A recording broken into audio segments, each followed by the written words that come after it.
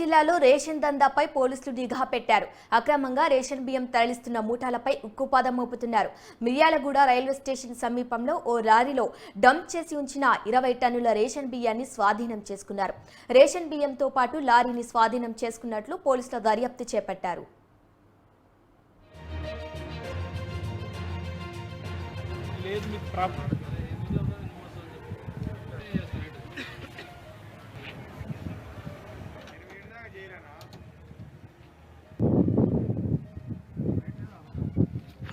ఈ railway track back side open గ్రౌండ్లో నమ్మదగిన సమాచారం మేరకు మా రూరల్ సిఐ గారు, నేను, నాతో పాటు మా పోలీస్ స్టేషన్ సిబ్బంది అందరం కలిసి ఈ అనుమానాస్పద ప్రదేశం దగ్గరికి వచ్చి విచారణ చేపట్టగా ఇక్కడ ఒక అనుమానాస్పద స్థితిలో ఒక లారీ, అదేవిధంగా ఒక ఎలక్ట్రికల్ ఫ్యాను, ఈ రెండింటితోటి కొంత రైస్ నీళ్ళు తార్పాల పోస్తున్నారు.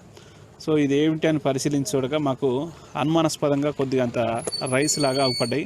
మరి ఈ పీడిఎస్ రైసా, లేకపోతే రా రైసా, లేకపోతే ఇంకా వేరే రైసా అని ఇన్ఫర్మేషన్ కోసం సివిల్ సప్లై డీటీ గారిని అప్రోచ్ కావడం జరిగింది. ఫోన్ ద్వారా వాళ్ళు ఆర్ఐ గారిని పంపించినారు.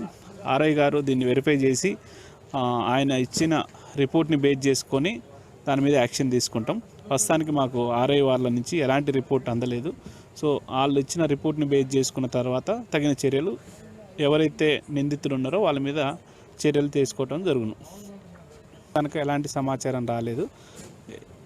సమాచారం తదనంతరం మీకు వివరాలన్నీ తెలియజేపరుస్తాను.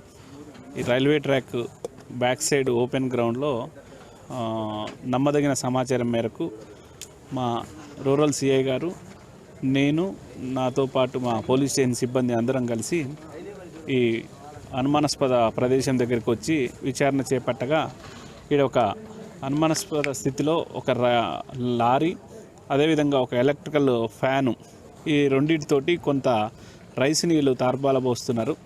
సో ఇది ఏమిటి అని పరిశీలించగా మాకు అనుమానాస్పదంగా కొద్దిగా అంత రైస్ లాగా అవుపడ్డాయి. మరి ఈ పీడిఎస్ రైసా, లేకపోతే రా రైసా, లేకపోతే ఇంకా వేరే రైసా అని ఇన్ఫర్మేషన్ కోసం సివిల్ సప్లై డీటీ గారిని అప్రోచ్ కావడం జరిగింది. ఫోన్ ద్వారా వాళ్ళు ఆర్ఐ గారిని పంపించినారు. ఆర్ఐ గారు దీన్ని వెరిఫై చేసి ఆయన ఇచ్చిన రిపోర్ట్ని బేస్ చేసుకొని దాని మీద యాక్షన్ తీసుకుంటాం. ప్రస్తుతానికి మాకు ఆర్ఐ వాళ్ళ నుంచి ఎలాంటి రిపోర్ట్ అందలేదు. సో వాళ్ళు ఇచ్చిన రిపోర్ట్ని బేస్ చేసుకున్న తర్వాత తగిన చర్యలు, ఎవరైతే నిందితులు ఉన్నారో వాళ్ళ మీద చర్యలు తీసుకోవటం జరుగును.